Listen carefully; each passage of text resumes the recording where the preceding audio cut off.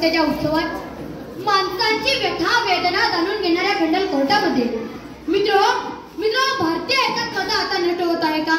भर दिवसा पुतळ्यांना घातली जातात जोडे, चळ्या जाते रस्त्यावरती संविधान, जिथं माणुसकी लालबुंद होते अशा नादी नाऱ्यांच्या वाट आहेत धर्म आणि मदत यांच्याच ताटात तुमचं भविष्य वाढलं आहे.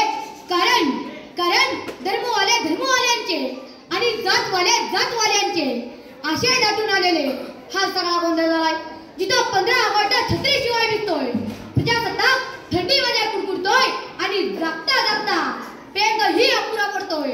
मित्र हो जिथं बाबरी पडली नसती आणि माणसं सुद्धा रटली नसती अशी सामाजिक परिस्थिती असता जाती हत्याच्या बंधनामध्ये अडकून या देशातील अस्पृश्यता इथल्या सर्वसामान्य माणसांना जगण्याचा अधिकार दिला म्हणून डॉक्टर बाबासाहेब आंबेडकर हे चिरंतन युगपुरुष ठरतात.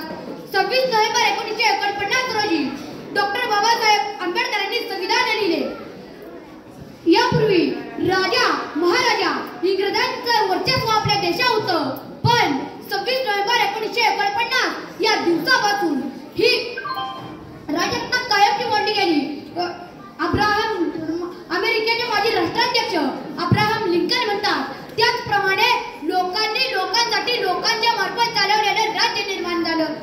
संविधान लिहिण्यासाठी 2 वर्ष 11 महिने 18 दिवस इतका कालावधी लागला. डॉक्टर बाबासाहेब आंबेडकरांनी संविधान लिहिण्यासाठी रक्ताचं पाणी आणि रात्रीचा दिवस केला. डॉक्टर बाबासाहेब आंबेडकर हे मसुदा समितीचे अध्यक्ष होते. संविधान सभेत 299 सदस्य होते. इतकंच बोलतो आणि थांबतो. धन्यवाद.